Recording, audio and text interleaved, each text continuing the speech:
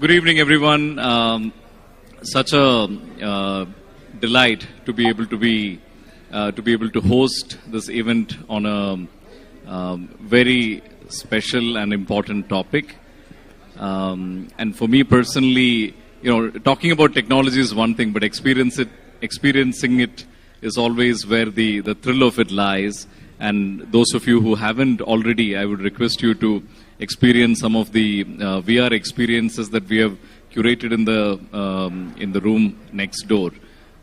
Truly thrilling. Some of the applications that people are building on these new generation of technologies is truly astounding. Quite amazing experiences. Equally delighted to have a stellar panel this evening to discuss AI applications, and more specifically, given the depth of experience on this panel, what can India do to become an AI superpower? The first round, I'm going to I'm going to go in circles with the panel first. I want to first ask the panel about how do we evolve a common understanding of what AI is. And therefore, I'm going to ask all of them, folks with deep understanding of the subject, what does AI mean for them? And I want to start with Dr. Manjunath. Sure. And first of all, it's great to be on this platform. I'm very sorry I have to do it remotely. Thank you so much for inviting. There are definitely multiple definitions of AI, and many times machine learning and AI are used very, very synonymously. For me, AI is when you use historic data to make decisions. You try to build mathematical models which try to kind of mimic commonly made decisions or usually made decisions by experts as well. So, yeah, when machines are trying to make decisions using data that have been created by experts, humans before, that becomes an AI system. Excellent. Thank you very much. Dilip? I think very similar to what Niramai was saying. It's about you generate tons and tons of data. You need to have the data which is rightly put on a platform where, based on your need, you can analyze and make a right inference out of it to the use case or the model which you're trying to create. So it's all about getting the data one place, analyzing it analytically because of whatever you require on a use case. You just make a right inference out of it. Thank you very much. Mr. Chowdhry, can we hear your views on this? Well, I sort of started associating with AI maybe 30, 40 years ago, because among the panel, I'm the oldest. And I started my company in 1976, so pretty ancient. But interestingly, AI has evolved from there. And those days, when I look back at AI, what was AI doing? AI was initially pretty much used for pattern recognition. Okay, so that is what the initial people who started working with AI used to do. And there are many people who made predictions based on that from those days. And one of the people that I have followed over the years is Ray Kurzweil. And Ray has been a futurologist, and he has always talked about AI in many, many ways. And his seminal work was a book called The Singularity is Near. And I'm sure some of you may have heard or read about it. And what interests me about AI and this whole issue of singularity is that when is AI going to replace human beings? And I think that is something that really interests me about AI. And some people say it will take another 40 years. And some people say it may be earlier. Ray Kurzweil predicted 2045. I think it's not going to happen. Probably it will take a little more time. But his whole concept of singularity was very amazing. And therefore, I associate AI with something that will overtake human intelligence and in a manner replace human intelligence at one time, but not human emotion. Absolutely. I thought we were going to get to these themes a little later in the discussion, but wonderful that you have plunged head on. But let me ask you this, Mr. Chowdhry. So singularity is defined as the point at which machine intelligence gets smarter than human intelligence. Is that scary to you? Because after that, it's sort of runaway intelligence, right? Or is it not? You're absolutely right. It is a bit scary because I think the whole idea of autonomous is connected with scariness. So you look at autonomous operating systems and a whole bunch of stuff that happens on a spacecraft, and all spacecraft today have autonomous operating systems, and somebody goes rogue, you don't know. So those kind of things are what are very scary, and I think it's going to be quite important for humankind to start to look at those issues and try and solve them before they happen. I want to come back to you and talk more about singularity and and this is the wonderful thing about talking about technology, right? Like the futuristic stuff, what we hope to see ahead is so exciting. But Nitin, let me ask you to give your thoughts on the first round of question. So I'll take a more journey-led view on this whole subject.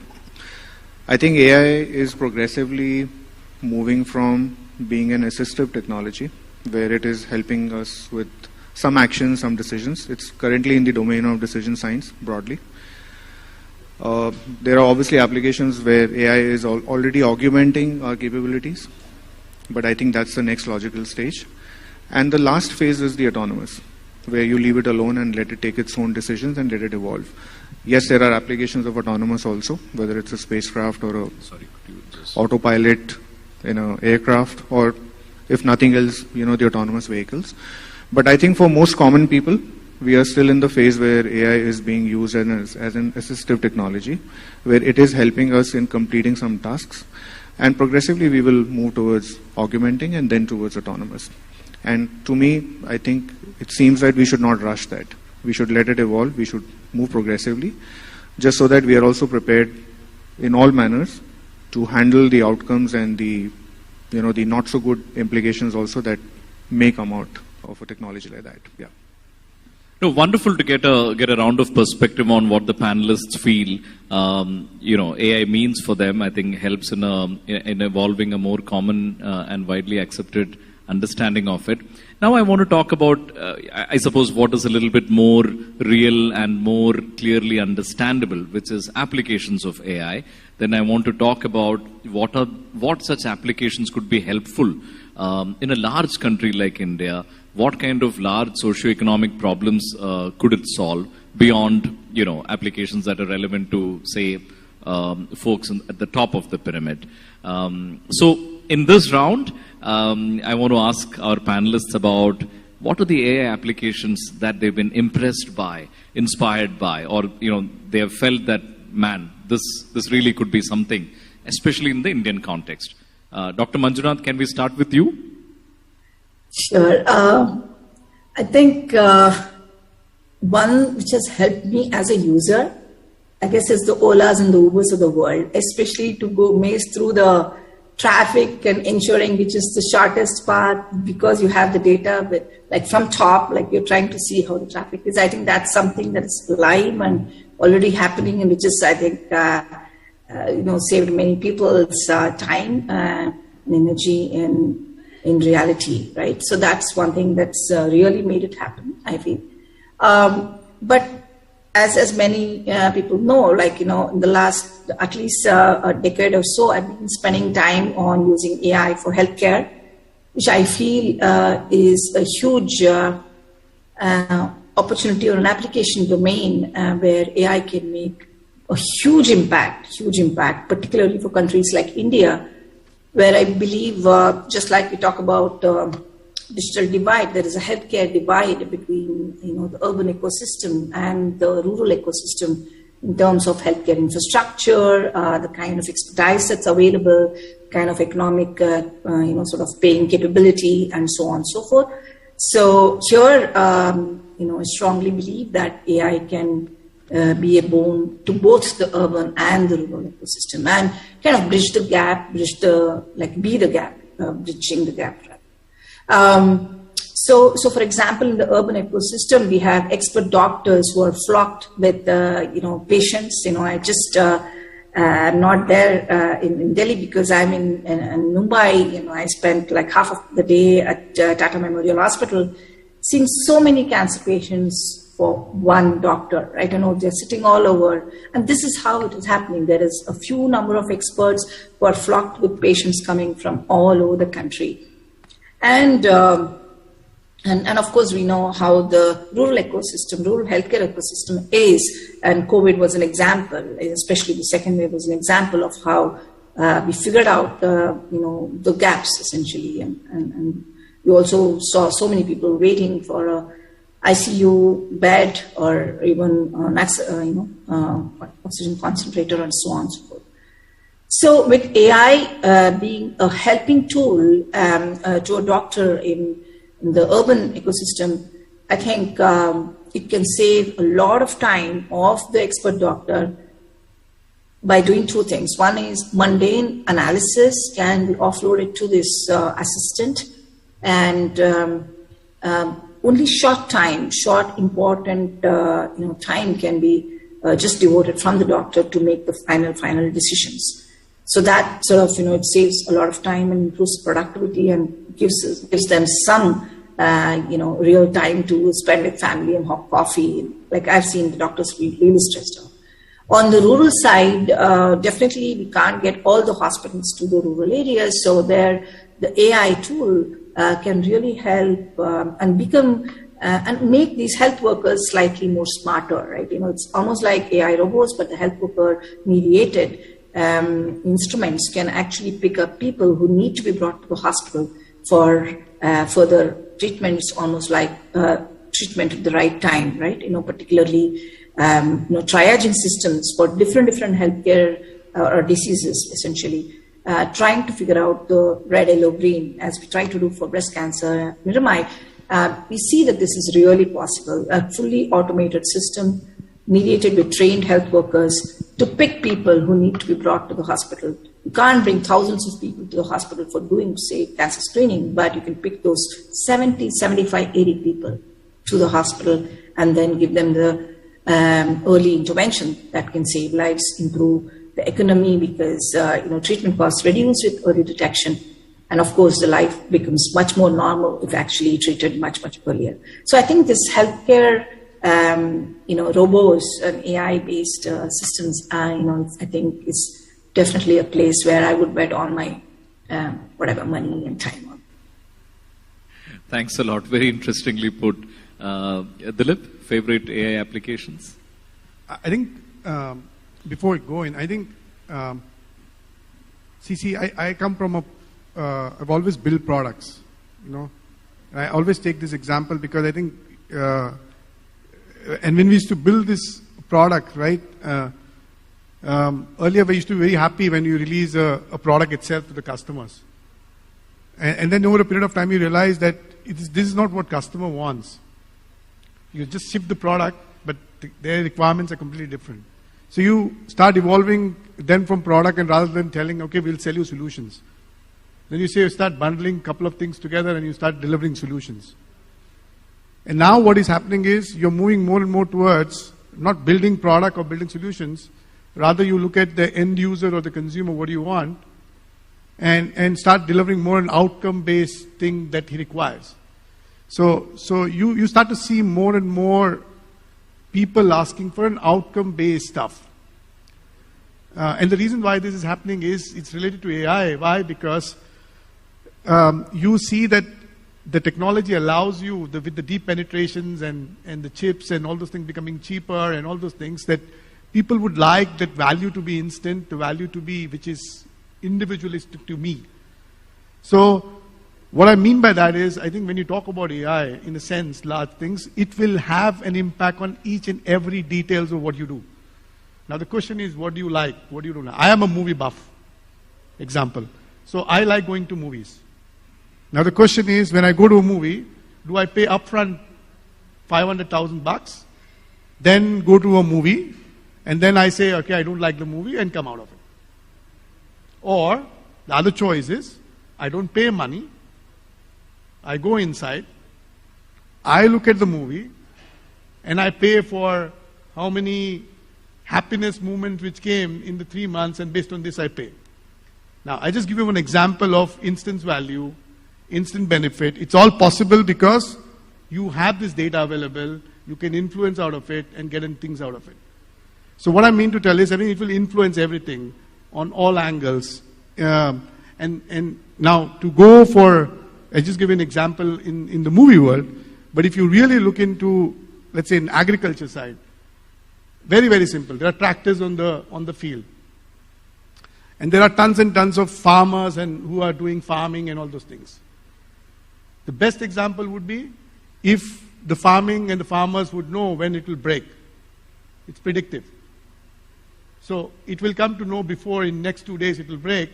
It rather fixes the stuff. So you start to see the stuff. Maybe it helps him in reduction of the output and all those things. So I think there are tons and tons of examples like this. I mean, for me, if it can impact largely on the healthcare and the agriculture, and that's what we start seeing in this country like India, that will be massive. No, weather reminds me of one of my personal favorite AI applications that I heard about a few years ago, which was told to me by an IBM executive. It relates to a work they did for a French bakery, a very small French bakery, and whose sale of croissants depended on the climate. So when it was colder outside, they would sell more croissants. So they used to do predictive, they connected weather, they connected, the activity on the street the previous evening, a bunch of different factors. And they could predict the croissant sales, which helped the bakery plan a lot better and, achieve, a very small example, but, shows how nicely it can connect, like you were saying, if you connect a lot of different data points into an intelligent system, it can, give you... I think one of the other example which was very interesting, and it's a proven example working very well, it's in Australia, this was there, where you typically come out of the railway station and you normally take a coffee and then you go to office. It's very, very common, right? In the Western world. And this is proven. You just go... Sorry. Go to the visitors and you see this lot of passengers coming in, go doing coffee machines. They take their coffee with their patterns. They select, I require 2 scoops of milk and sugar. I don't require whatever it is. And then after some time you realize that the machine itself, looking at the pattern and the person comes in, automatically give the coffee itself. So it will change your life in all angles. It just predicts, and because of the data it generates and all those things. So like an example when I talk about movie, but also on coffees and everything. So it will change a lot of bit on all angles if it uses. But it is all about data. As I said to you before, it's garbage in, garbage out. If your data is not correct, I think you have an issue. Mr. Chowdhry? To me, the simplest example of AI is to replace boring, repetitive work. And a lot of people do that all the time. So if you can actually replace that, it makes life much easier. And also increases efficiency and productivity. And that then sort of you try and connect to anything, whether it's about programming or you try and connect to manufacturing, you will see that there will be a clear benefit of using AI. And as he talked about the whole issue of predictability, that's also something that AI sort of becomes your friend and helper at that stage. And this friend and helper is going to ensure that your manufacturing, if you're in a manufacturing business, your manufacturing runs unhindered, because it is going to predict when your machines will fail. It is also going to ensure that your downtime becomes pretty much zero, and therefore your efficiency and productivity increases. So it is fundamentally a terrific aid to any human being. And as I said, it will replace all the boring and repetitive jobs. But we don't really want to replace humans, do we? Sorry, we don't want to replace humans? Do we really want to replace humans, do we? Yeah, No. also I'm interested in knowing, because you said it makes our life easier. It also will cause, a lot of repetitive jobs do help pay the bills, right? And like industrial automation caused the loss of a lot of manufacturing jobs, there will be a lot of displacement when a lot of, if accountants, any number of jobs where, any number of tasks which currently create a lot of jobs, if they're all replaced by AI, how should society deal with that? That's why I asked that question. I thought I'll leave it to him to answer. But it is going to happen. But, more jobs will come around, the way I look at it. Because somebody has to sit down and work behind the AI also. And therefore, we need, your first question was, how do we become a superpower? That superpower business needs to be thought through. Yes. And we need to create those people. And I think I leave it to him to take it forward. Maybe one comment, because I think even if it replaces human, there would be people who will be required to have a better world. So there will be other jobs which will be created, which are far more intelligent and not repetitive. So I think people always talk about AI replacing the repetitive people and you will lose job and all those things. I feel the other way around. It's rather that the job or the topics, what you run or do, will be far more intelligent, and so it requires certain kind of upskilling. It requires certain kind of different kind of jobs and all those things.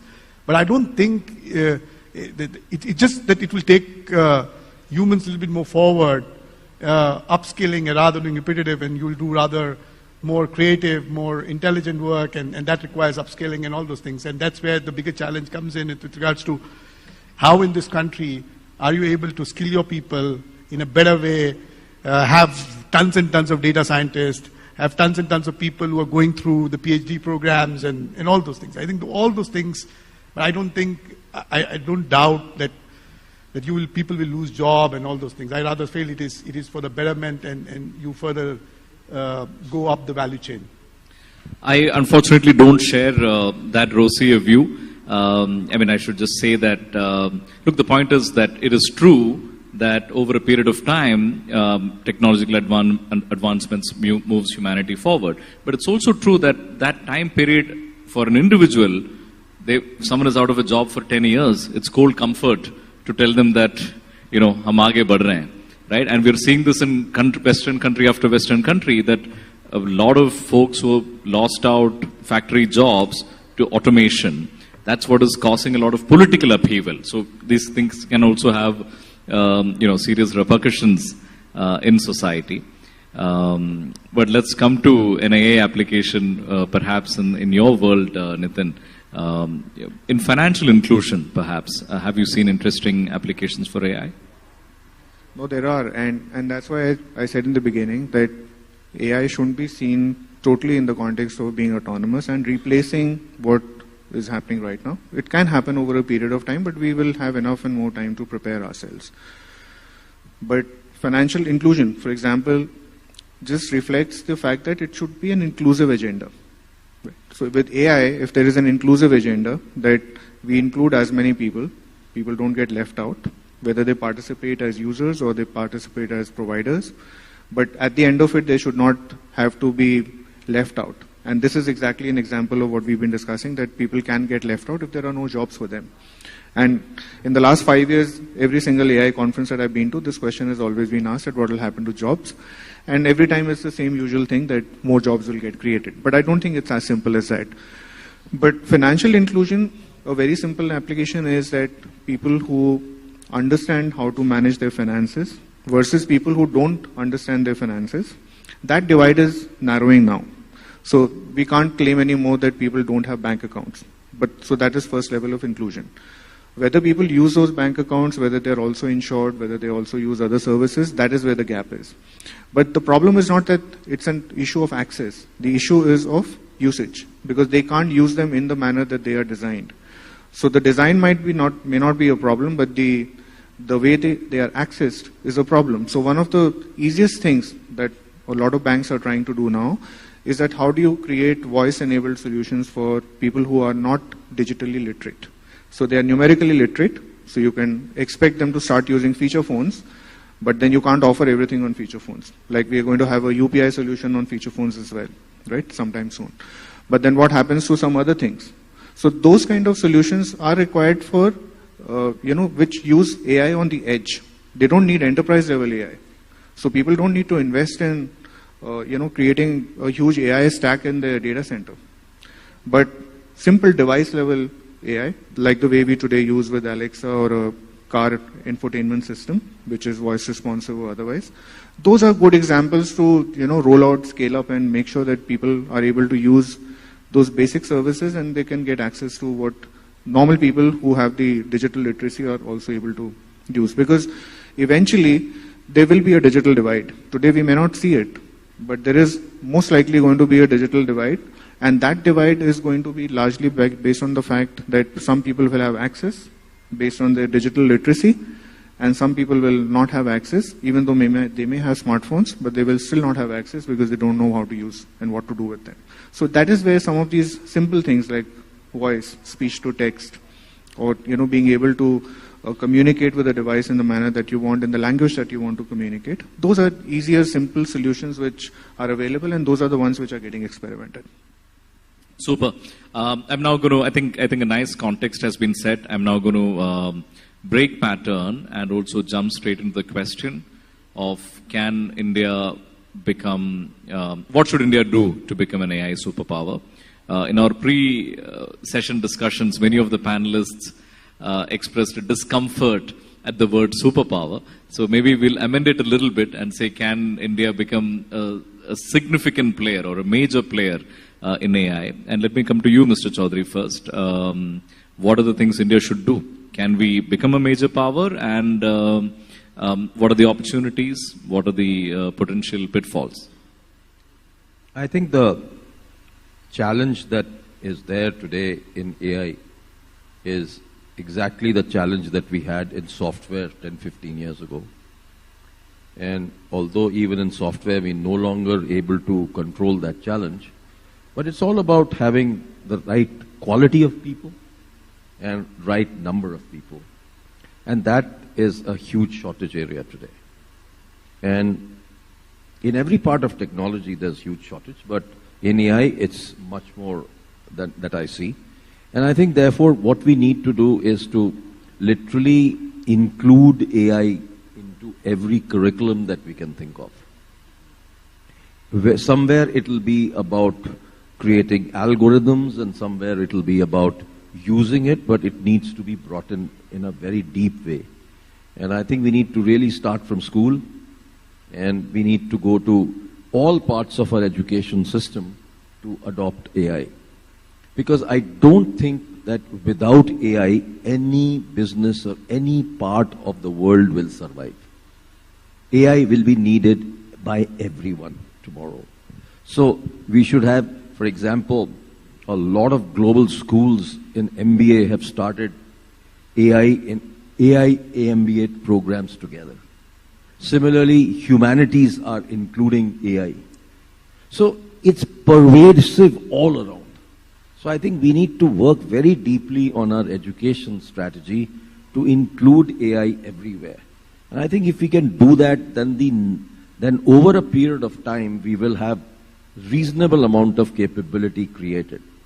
And this needs to be addressed very quickly, because just talking in the air and saying we need this and we need this is not going to happen. The curriculum change is something that is deeply needed. And we are sitting with very old curriculum in most engineering schools in the country. Dilip, let me come to you on based on what Mr. Chowdhry has said. He's talking about introducing AI and training more folks in AI and developing a talent pool. You work in an area which requires which requires attracting and retaining a lot of tech talent. Elite tech talent leaves India, as we all know. flocks to Silicon Valley or other more attractive destinations. How does India catch on to them? I mean, how does India hold on to them? What should India do? I don't think. I think it's become much more easier with regards to how when you build a product. I mean, it's not that you build a product in India, or you largely are building for global anyway out of the context. The question always on the stuff is still which is the largest market and which holds you to have your base there. The challenge we face in that angle is, let's say, in the last 5-6 years, you look at a large boom of software companies creating out of India, largely focused towards building those products which is AI based, but still the largest market to that context still is US. I mean, the addressable market is just very, very large enough. So you just generally tend to move your base where your customer is. And that's the problem you have right now. So you start to see more and more companies which are getting created, but they establish the base because of either whatever you call the VCs or investors or the market is there. So that's where you start to see a lot of people move there. So if India has to keep a lot of this talent and the companies which are based out of this tip, then you need to have those, let's say, whatever you call the investments and the market, making easiness for people to sell. India is a very large market, right? I mean, still it is 1.3 billion. So you can easily create it. So the market needs to be in a certain way created, and which will only happen, like when Mr. Ajai was saying, is because apart from the education and all those things, what is another factor that need to be looked in is the awareness. So still we are operating. Let's say if India want to sell a product to an Indian companies, do they have that awareness in a large? Do you have awareness of the very use case where you can apply and use it? And India is still the country where you still try to see, is it implemented at 3-4 places and the 5th place, and I will do the 5th time, or you are a first guinea pig to do it. That's where the mature market comes in. So I think India will have a lot of people who are getting generated. It's just about how do you give them more awareness, more things right, that the companies are aware of it, and then you can easily apply those use cases and make the people stay in this country. I think it's rather less that people leave and go there. It just go there because of the market and all those things. It is not that people now go for certain thing. But there is, of course, a gap overall in our education system, which you are saying rightly, because I think we don't have too many people. We are too many. We're still following the traditional path. You start to see now a few education institutes coming in where they say, okay, we will do an engineering course on AI and machine learning and give the degree on the stuff. You start to see with some universities like Plaksha and they try to build this in a right way, but it's very, very small. So if you're able to do this, get the base right, get the awareness right, I think you will see less and less of people going abroad and rather building these companies based out of India. Thank you. Dr. Manjunath, what should India do to become a substantial AI power? Yeah, I think I agree with one of the speakers who mentioned earlier about creating the right kind of talent, or empowering our students with the right kind of knowledge, right kind of direction in the AI part. Could be school. For example, many of us have loved math. There's a considerable segment of, children who just sort of, not understand the applications of math. Now, maybe applications of probability, statistics, could be AI, right? Where they can see it really, really, they are seeing it work and they can see it work as well. So, trying to look at applications of AI to math in school, colleges, maybe making them do actual practical applications, like build those applications, do some internship projects with industry startups probably, and these kinds of things at the academic level. In addition, I think India can become, I guess I can say superpower, I'm really a nationalist, for also the reason that we have a huge population. We have an opportunity to create huge data, huge amounts of curated data, qualified and labeled data, which is a huge asset for building any AI applications, training on AI applications, and so on and so forth.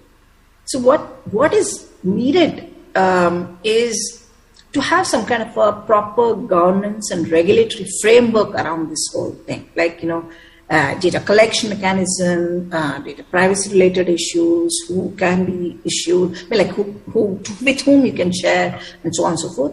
I guess there is some initial activities in the health stack that's happening, which is extremely favorable direction and the right direction. But can we do this across different applications, right? Different applications domain. Earlier, a few years back, we were talking very seriously about open data initiatives, right? So what does it mean to contribute data to a single source? What all can be done with this sort of huge data exchanges that we could possibly create?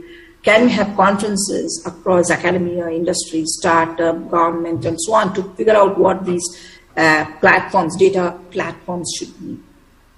Many people think that once you contribute data, like, you're losing money. I mean, data is not really equal to money or of course it's the new oil, but it's in a different shape, right? Once you contribute data to a single platform, you actually enable ecosystem of newer applications to be developed. Again, the training on this, real practical data that is coming up. Maybe like an app store around it, right? So there are some newer economic, enablement platforms that can come in, and so on and so forth.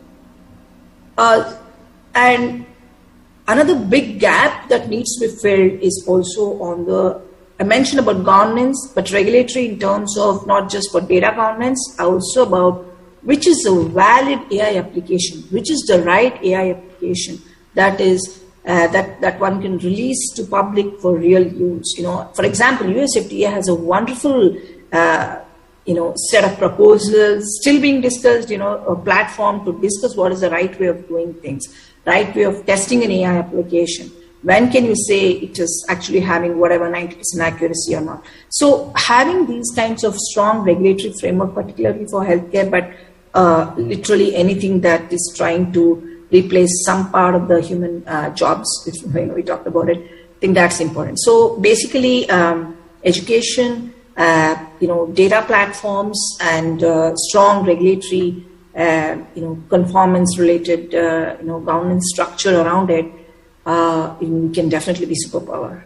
But that data should be available only to Indians. So then that's when you could actually sort of do much more, being that powerful powerhouse. Great summary. Thank you. We are out of time. But Mr. Chowdhry, I want to quickly get a final comment from you, which is about the ethical concerns around AI and what kind of governance norms, protocols do we need to put in place when we think of this AI-led future? Yes. I think the ethical issues are quite serious, and really we need to look at them very carefully. And as she's mentioned, what's needed now is more governance, and we need to start to look at an AI regulator to some extent, because in the right manner, because a lot of times regulators in India tend to become too regulated. So I think that's something we need to start to be very careful, because this word regulator creates issues. So I think somewhere that kind of policy framework needs to be created so that we can avoid all these ethical, moral issues that are going to face us. Because, there's just so much happening today. Fake news and a whole bunch of this stuff that's happening. We need to be very careful that we do not allow privacy to be intruded and all those issues. So I think some time needs to be spent on creating these regulations and policies to ensure that we are very much protected from these issues. With that, we come to the end of this panel. Thank you so much for joining us this evening, Dilip, Nitin, Mr. Chowdhry, Dr. Manjunath. Thank you very much. Please give our panelists a round of applause. Thank you.